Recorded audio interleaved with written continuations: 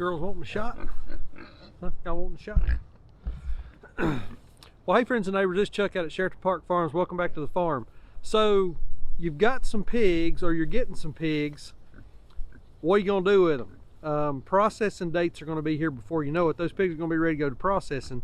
And let's talk a little bit today about some things to keep in mind on processing, some processing options, and we're gonna share with you some of our most profitable cuts of pork whenever we have a pig butchered.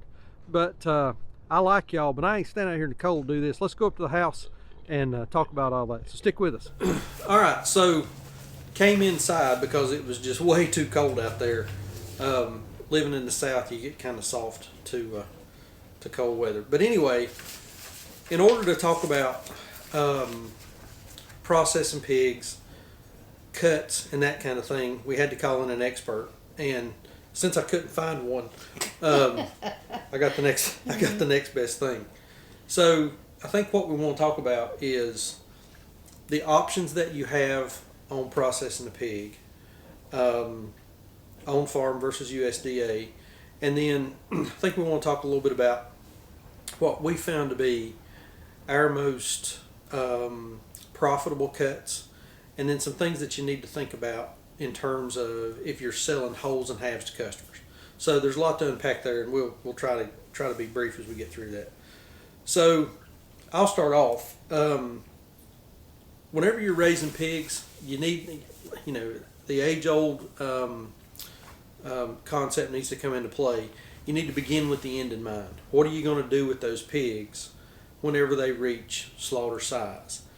And I know that's kind of hard to think about whenever you got brand new piglets on the farm and these guys are 8 weeks old and they're cute and they're just, maybe 50 or 60 pounds. But in 6 or 7 months, those animals are going to be ready for harvest. And you don't want to wait until they reach that size to decide what you're going to do for a couple of reasons. Number one, and primarily, if you're going to have those animals processed at a USDA inspected facility, you need to get a date. And one thing that COVID and the whole coronavirus one problem that it's created is being able to get processing dates. So we were getting processing dates for this year. When were we setting dates for this year? We set our processing dates for this year back in August of last year. Yeah, and we've got dates through the end of December. We have dates through the end of December. And they're full. Yes, they're full. The processor's full. And they will probably open up for next year around the same time. So we're already planning for next year's processing date. So long story short, don't wait till last minute to get your processing dates. As soon as you get your piglets, you need to be working on your processing dates and getting the time for them to be processed. Now, in the processing world, you have two options. You can process on farm yourself, and we've had some folks suggest that to us, and we don't do that basically because we sell to the public. And if you're going to sell cuts of red meat, those animals, cows, pigs, lambs, goats, llamas, whatever, those have to be processed at a USDA inspected facility. You can't do that on farm and then sell those cuts to the public. It has to have that stamp on there. On farm processing, we've never done it. We've talked about doing it just for the experience of doing it, but we've never done it. My understanding is that's a lot of work, and you're going to have a team of folks around you, some knowledge, some expertise, the equipment to do it, and that's again, since we sell to the public, that's just not something we're interested in doing unless we were to do it for our own experience. I did help a young lady do that a few weeks ago at her farm, right. But she was doing guinea hog and let's see, those were full-blooded guineas, weren't they? I think those were 8 gates. So the live weight on those animals was 275, and it was very interesting to see the difference in the size of her pigs than what we would be working with. Yeah, so that's something that folks need to think about is the difference in what that animal weighs standing up alive on the hoof. We call that on the hoof weight versus how much meat you're going to put in your freezer. And what does that end up? So that's a 57% difference. live weight versus usable meat that you can put in your freezer. So if you've got a 200, for ease of figuring, you've got a 200-pound pig.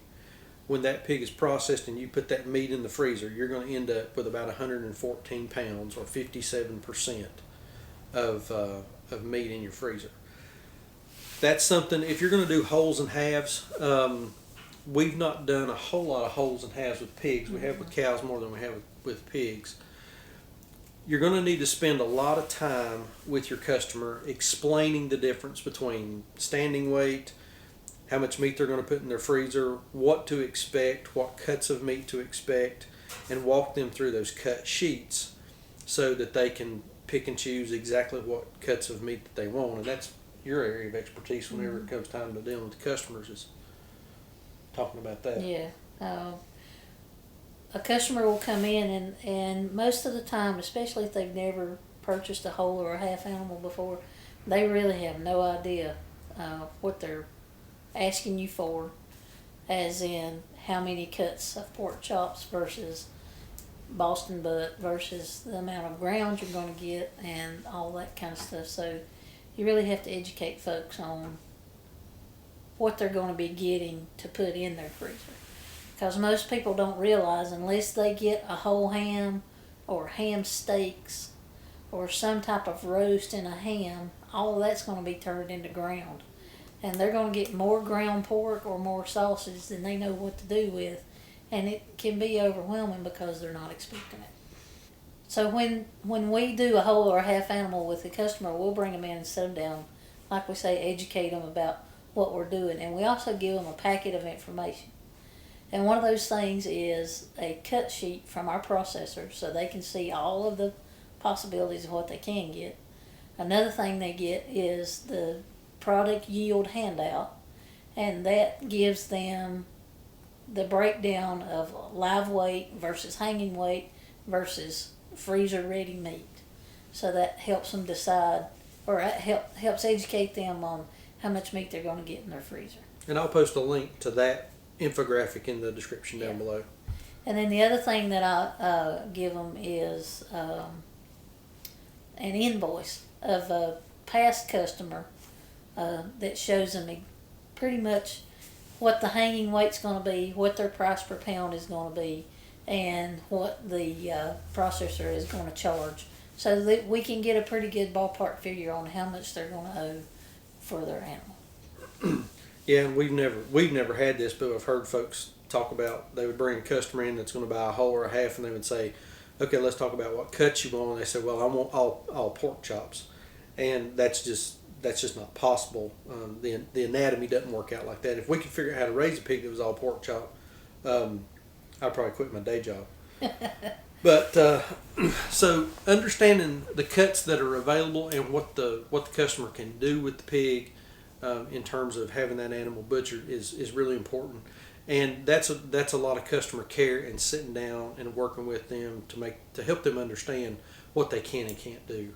I know you talk about bone-in chops versus boneless chops, and baby back ribs, and yeah. So if you're watching this video as a consumer and you just want to know how much pork you're going to get, then you have a little choice in if you want your pork chops bone-in or boneless, how thick you want them cut, and those types of things. But your farmer will need to educate you on the fact that if you do bone-in pork chops, you won't get baby back ribs, because that is the bone that you find in the back of a pork chop.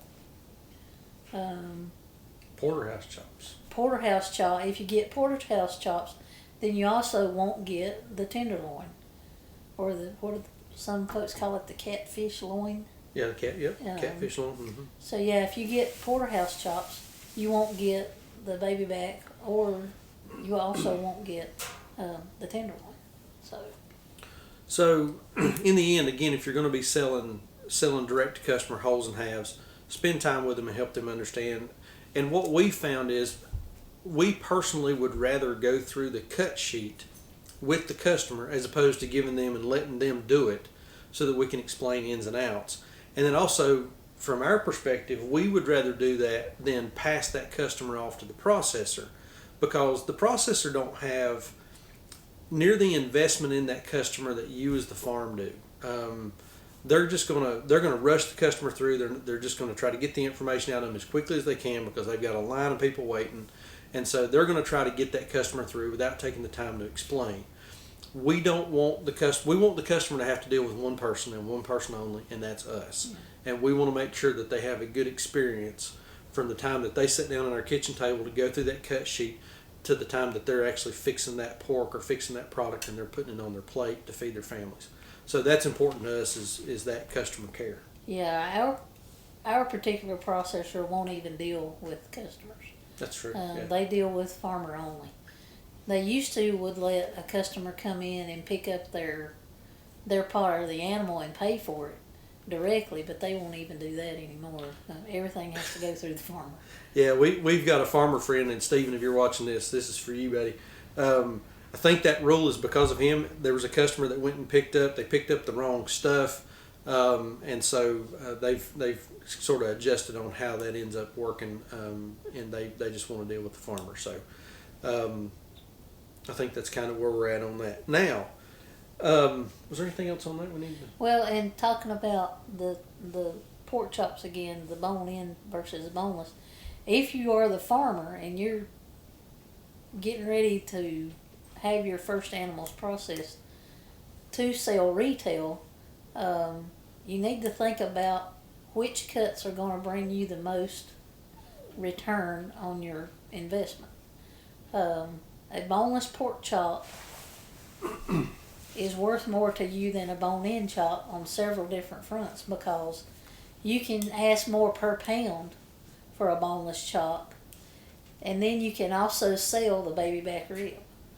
So if you're just having animals cut solely for retail, my suggestion is to not get bone-in chops. Even though some folks talk about it, it gives the meat more flavor. That may be true. But from our perspective, we get the most bang for our buck with a boneless chop and a baby back rib versus a bone-in rib. And the other thing we have to think about in that realm is the fact that the bone in that pork chop has a very good likelihood of puncturing the vacuum seal bag. And if that happens, we can't sell that cut to the customer. We have to use that ourselves. So if we can get by with getting anything boneless, we will. Just because we don't want to have to worry about losing that package due to the vacuum losing the vacuum in that package. It makes it unable for us to sell it to the public. Yeah, and while we like eating that stuff, we also like selling it. Yeah. So, one other thing on wholes and halves, and also for those of you that are processing animals yourself to sell retail, talk with your processor about different flavors of sausages. For example, our processor will only do a flavor of sausage in 50-pound batches. So if we want, let's say we want to do a hot extra sage breakfast sausage and we want to do some bratwurst, we need 100 pounds of ground, 50 for the hot extra sage, 50 for the brat. We've got to have 100 pounds of trim and ground to be able to do that. So if your customer is buying a whole or a half, and you don't have a good stockpile, and we've been fortunate enough, we've got a good variety of stock in our freezer, your customer's going to have to pick a sausage flavor, and that's all they're going to get. What we will do on our farm is if a customer decides that, well, a customer gets their animal done, they have 100 pounds of sausage, they want 10 of brats, 10 of andouille, 10 of hot extra sage, 20 of something different, we will trade them out because we can sell their 90 pounds of hot extra sage quicker than they're going to eat it, and then they can get stuff that they're going to enjoy and stuff that they're going to eat. In the end, and this is I think this is the gold standard, you want your customers to take home meat in cuts and flavors that they and their family are going to eat. That you don't want to buy a bunch of meat just to stick in the freezer and it just sit in there for years and freeze and burn and go to waste. Make sure that your customers are getting stuff that they're going to eat. So, with that said, let's talk a little bit about what our most popular and our most profitable cuts of meat were during 2020 last year. So this is about 15 pigs. Yep. So this is about 15 pigs worth of meat. We ended up processing 28 last year. Mm-hmm. We processed 28 pigs. 13 of those were done late October, early November. So not a lot of that meat ended up getting sold because markets were essentially over. But we've got a good stockpile in the freezer. So this is about 15 pigs worth of product. Last year, 2020, we sold 2,480 pork items, 2,480 packages of pork. Total retail value on that was just a little bit north of $29,000. So we averaged, and I know people, you've watched the video where I talk about you can make $1,000 per pig. We averaged $11.84 per pound of pork last year on what we sold. So what did we end up? $11.80. $11.80 per pound for the pounds of pork that we sold last year. Most popular. See if you can read it. Boneless chops. I already know that. You already know boneless chops, yeah. Yeah, boneless chops. We sold 265 packs of boneless chops. And then bacon was probably next. Bacon was next. Yeah. Bacon was 250 packs. So. And then, so we use the square as our, and we'll talk about that in another video. We use the square as our point of sale program. We can take cards, Apple Pay, Google Pay. We also do cash. And the nice thing about Square is we can record every sale that we make, even if it's cash, in the program. And then at the end of the year, we can run some really nice, robust reports. And whenever we get ready to do a pig and we're sitting here and we're figuring out, okay, what sausages do we want? We'll look at inventory and see what we got in inventory, but we'll also pull a report and see what's the most popular flavor of sausage that we've been selling. So collecting that data and knowing what our sales are in terms of numbers of items and retail value of items is really big in our decision-making process to determine what flavors, what cuts, and some of those kinds of things that we're going to do. Yeah, and I think right now brats and chorizo are neck and neck. Yeah, brats and chorizo were two of our most popular cuts last year. So, or flavors of sausage. So that's a little bit about processing, your different avenues for processing, some of the ins and outs of dealing with the customer on cut sheets and helping them make good decisions, and then also a little bit of peek behind the curtain on what done really well for us last year.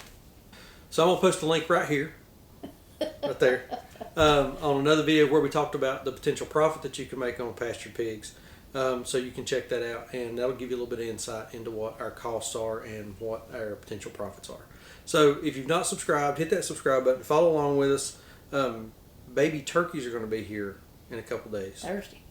They'll be here quick. Appreciate y'all watching. We'll see you on the next video. Thanks.